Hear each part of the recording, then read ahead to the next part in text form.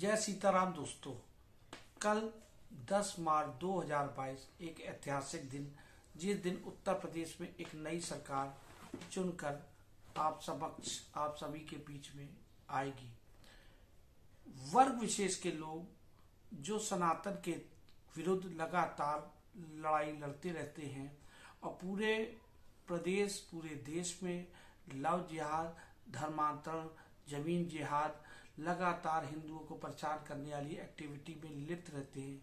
उनकी पिछले 3 दिन के द्वारा की गई कारगुजारियों के कुछ मामले मेरे पास आए। इन 2-3 दिन के अंदर वो मैं आपको बताना चाहता हूँ।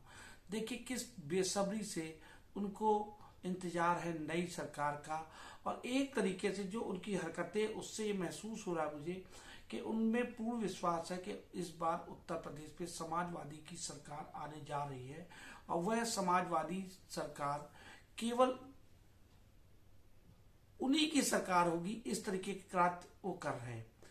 देखिए आज मेरे पास एक मामला आया राजाजीपुरम क्षेत्र का, जहां पर एक खाली पड़े प्लॉट पर एक जो हिंदुओं की वो थी क्या समाधि स्थल को कब्र घोषित करके वहां पर कुछ मुसलमान वहां पर उसको वहां पर कार्यक्रम करने की तैयारी, मजार पे अगरबत्ती जलाना और वहां पर कव्वाली करना, इस तरीके की एक्टिविटी कल करने की तैयारी कर रहे थे। ऐसा मेरे पास मामला संज्ञान में, जो कि वर्षों से खाली पड़ा प्लाट था। वहां के अगल बगल के हिंदुओं को उन्होंने धमकाना शुरू कर दिया। इधर 2-3 दिन के अंदर मैंने इसकी पैरवी की, वहां फोर्स लगवाई। दूसरा मामला लालकुआ क्षेत्र में विगत दिनों से मस्जिद जो बन रही थी उसकी लड़ाई मैंने लड़ी, और वहां पर लगातार मुसलमान वर्ग मेरे खिलाफ साजिशें रच रहा है। लेकिन उनके अंदर इंतजार जो है 10 तारीख का, ये उन्होंने अपने लोगों के बीच में कहा, जो मेरे पास बात सामने आई। ऐसा ही एक मामला आज ही मेरे पास पुनः आया। विपुल खंड में एक मकान के ऊपर लाउड स्पीकर लगा दिया गया 2 दिन के अंदर में, और वहां पर उसको मस्जिद का रूप देने का प्रयास किया जा रहा है, जिसकी पैरवी मैं कल करूंगा। और वहां पर उस लाउड स्पीकर को उतरवाने के लिए प्रशासन से शिकायत दर्ज कराऊंगा। नाका क्षेत्र में अभी विगत 2-4 महीना पहले मैंने जो मस्जिद रुकवाई थी, वहां पर जो लोकल मुसलमान है वो इस रूप में तैयार है कि 10 तारीख को देखते हैं, सरकार मेरी आएगी तब हम निपटेंगे शिष्य से। लव जिहाद के तमाम इधर 2-3 दिन के अंदर एक ब्राह्मण लेडी का मामला आया थाना चौक क्षेत्र में।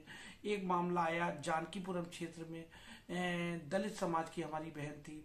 एक मामला हमारे पास आया पारा क्षेत्र में, वहां पर हिंदू के मकान में जो डूडा सेलौट था, उस मकान में मुसलमान वर्ग के लोग जो थे वो घुस गए और वहां कब्जा करके बैठ गए। थाने में जब हिंदू पक्ष गया तो वहां ये कहने को मिला कि आप जाइए अदालत से खाली कराने का ऑर्डर लेके आइए, भटक रहा है। ठीक इसी प्रकार का गोमती नगर क्षेत्र का एक मामला मेरे पास आया। वहां भी हिंदू पक्ष का मकान था, जिसका ताला तोड़ के मुसलमान वर्ग के लोग घुस गए और वहां पर उन्होंने हिंदू पक्ष का मकान कब्जा कर लिया। उसके बाद हिंदू पक्ष जब गया वहां थाने में, उससे यही बात कही गई कि तुम जाके कोर्ट से ऑर्डर लाओ। तो इस प्रकार से लगातार इन 2-4-5 दिनों के अंदर एक मंजुलता गौतम, जानकीपुरम का उनका भी क्षेत्र मामला है, दलित समाज की महिला, उसके नाम से फर्जी रजिस्ट्री मुसलमान व्यक्ति ने अपने नाम कराई। फिर एक FIR दर्ज कराई थाना वजीरगंज में, और वजीरगंज में इंस्पेक्टर साहब से कहा कि फर्जी रजिस्ट्री कर दी इस लेडी ने, और उसके लड़के को जेल भिजवा दिया। उसके बाद फर्जी रजिस्ट्री जबकि वो कह के आया था, और जाकर उसके मकान में ताला तोड़ के घुस गए, और वो अपने बच्चों के साथ, वो महिला बेचारी विधवा औरत वहां सड़कों पे भटक रही है। कोई थाना, उसका जो मूल थाना था जहाँ की वो निवासी थी, वो थाना जानकीपुरम, वहां इंस्पेक्टर सुन नहीं रहे। इस प्रकार से एक आध हफ्ते के अंदर जो गतिविधियां सामने आई चुनाव के दौरान, वो उसमें समानता ये देखने की मिली कि वर्ग विषय इतना उतावला है कि जैसे समाजवादी सरकार आ गई है और हिंदुओं पर उन्होंने लगातार जुर्म करना शुरू कर दिया है।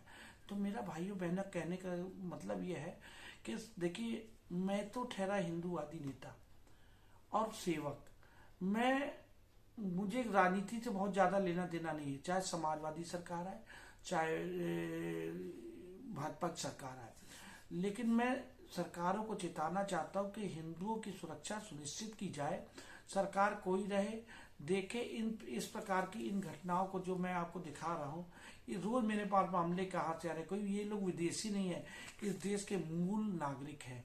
इनका इस देश की संसाधनों पे पहला अधिकार है। ये देश का बंटवारा 1947 में धर्म के आधार पे हुआ।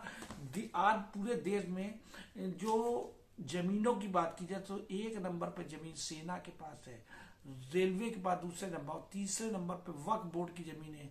उसके बावजूद मुसलमान वर्ग पूरे देश की सरकारी जमीनों पे, हिंदुओं की जमीनों पे गलत निगाह रखे है, उसकी जमीनों को कब्जा कर रहा है। को मजारों के नाम पे, मस्जिदों के नाम से नई कॉलोनी में अवैध रूप से मस्जिदें बना दी जा रही हैं। प्रशासन देख नहीं रहा है, पुलिस सुन नहीं रही है। आखिर ये हिंदू कहाँ जाए, सोचने का विषय है। जय सीताराम।